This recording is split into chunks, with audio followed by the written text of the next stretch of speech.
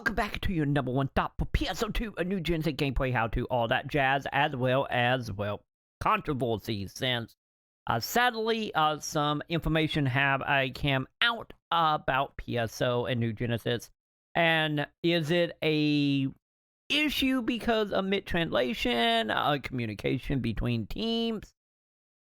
We don't exactly know here, and that also one of the reasons there was some issue happening inside the community for New Genesis right now. So I get to set the stage for all of this. For anyone who not aware or don't remember, back in September of last year, PSO did have a little bit of a ban wave, since this is not uncalled for, not unheard of. PSO does this every couple months. Well, they would go through and just do like map bans of, people, breaking the rule, TRS, and, whatnot. Not gonna say one way or another here if the parties involved here did anything wrong to them from leaked public standard. It doesn't seem like they know, which is one of the issues here. But we will get to that in a moment. But nonetheless, this ban ended up taking place. But there was also around that time also having a contest happening with a PSO where you could design costumes for, well, PSO. And as we look here, the content winners have been announced, and we do have all the outfit coming in. But the thing to keep in mind here, when they were originally doing the contest, they were mainly talking about grand prize and pretty much like second place typed up. No mention of honorable mentions originally here.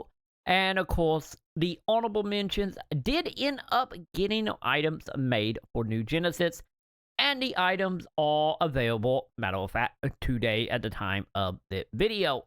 And as we quote down here, we got one here that is the one in question, which is called the outfit from Percentage Plus here. That is available right now in the game, tied to the AC scratches. And there is a one issue that coming into play here, which is of course with that person. Also, the knowledge of them actually getting a ban back in September. So, as stated here, they ended up tweeting about this earlier today, since it seemed like it was a little bit a lack of communication here in more ways than one, which once again we will get to. But they ended up posting over here on Twitter saying, "Hello, I'm the audit behind the Wayne Keeper, behind a Wayne Gipper, and I hope a PSO2 player will enjoy the outfit. As I spent a lot of time on it, I would like to see you wear it. Feel free to tag me in it." So far, this seems happy-dory.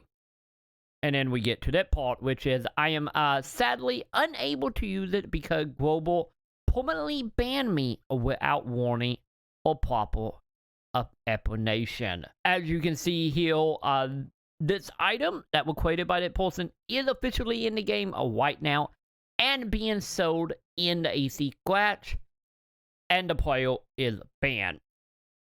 So there are a few things involved here for this, which is, of course, if you go look at the rules for the actual contest, which is listed here, of course, with prizes will be forfeited and selected of an alternate winner made a result of any of the following.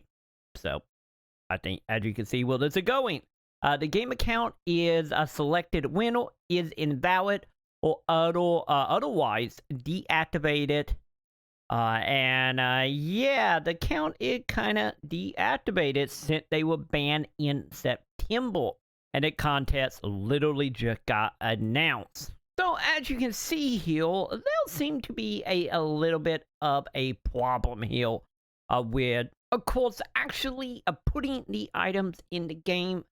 And by this should be, since they are banned, the outfit should not have qualified to actually be put in the game. And for the items that did end up winning the contest did get rewarded with a handful of stuff in-game item. Nothing too crazy by any means, but still nice. But the issue that comes in here is, of course, SEGA have ended up not even going by their own rules here, but selected someone that was banned and put them outfit in the game itself, and now officially making money off of this artwork. But But there is more to the story though, which of course, like always when it comes to SEGA or PSO here, we do have a lack of communication. Percent did end up tweeting in a comment toward PSO of them actually announcing the winner here, including actually using a character outfit in the actual promotion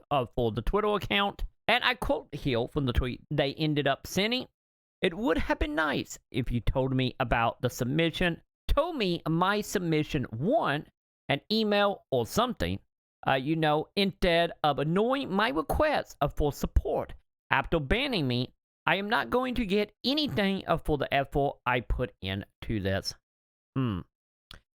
So as you can see, of course, that method is seeming to be obviously the more higher ground of it, but obviously there is some frustration here, which honestly I do not blame them at all, because as we have seen in the past here, SEGA kind of have a real big problem with communication here, and here we are now, coming back into play as someone who was banned, ended up trying to find out why they were banned by going through some support ticket stuff they have also talked about on Twitter, and never receiving any messages back about why they were banned or anything beyond just being banned.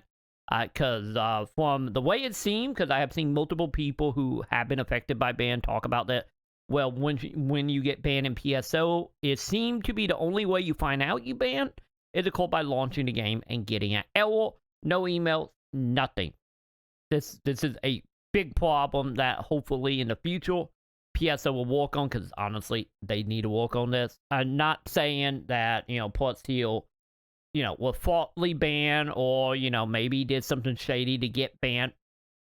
To be honest, obviously if they did, it would be nice for them to know, but the overall issue here outside of that is of course literally the lack of communication, and of course using the items ended up being pretty much should have been disqualified since they were banned before the content ended, and matter of fact were banned in September. So you would think in that case, before SEGA actually put this stuff into development to actually be made, or actually get the approval, you would think some double checking would come into play to make sure that all the people who did submit and ended up winning for the competition actually did have active accounts before moving forward. That probably would have been nice. But they also say inside the rule itself, if you go up a little higher, which I guess is more of the legalese here, which is of course, any artwork that is submitted become the property of SEGA. You pretty much signing out all your rights, so no money coming back to you, no compensation beyond what was in the competition as a whole. So on that end, it makes sense that SEGA would go ahead and do that, because by that legally, when you submit it to actually, enter that content, you sign away all right to all products. But with that being said, though, like I said, the shady part here is the ban, the lack of communication, the breaking of their own rules, not double checking the content that ended up being selected, and then also on top of that, since they are banned, they are not going to be able to receive any of the prizes they would normally have won since they was selected. And yeah, just all around, on one hand, legally, SEGA have all the rights here, but on the other hand, this is not the best look for SEGA as a whole. Once again, I am not saying that SEGA is, of course, doing this on purpose by any means. Because let's be honest here, with how global is, with how JP is, how SEGA is as a corporation, of course, there is a lot of moving parts and a lot of stuff that obviously can be a super oversight here. And hopefully with the attention that they're getting from that video, from other content creator video, also people speaking out on Twitter about this as well. Hopefully, if anything comes of this, hopefully it will be some type of, at least acknowledging this and hopefully getting the information that the Cradle want. Because, as I said, the Cradle have said in other tweets, well, pretty much at that point, they are fine with it. Obviously disappointed, though. But they mainly just really want to answer, like, why they were banned. So, hopefully, SEGA will reach out, hopefully unban them or verified to them or why they were banned if they actually did something to break the rules. And obviously, it seemed like at that point, the more straight fate version of it would be reinstating an account, giving them prizes, or on the other hand, answer them question and then remove the item from the game. That would be probably the two most ideal situation here, but who knows if that's gonna happen, because as we have seen with New Genesis, after New Genesis had released, a lot of stuff seemed to be a lot more red tape and, moving any more slower on the front-facing side. So who knows if it will actually be settled or if SEGA will actually comment on it. We will have to wait and see, because let's be honest here, at the end of the day, this is a very, very bad taste and a bad front-facing, part of SEGA here. And hopefully there's something that can be retconned and be, fixed in one way or another. But we will have to wait and see once again.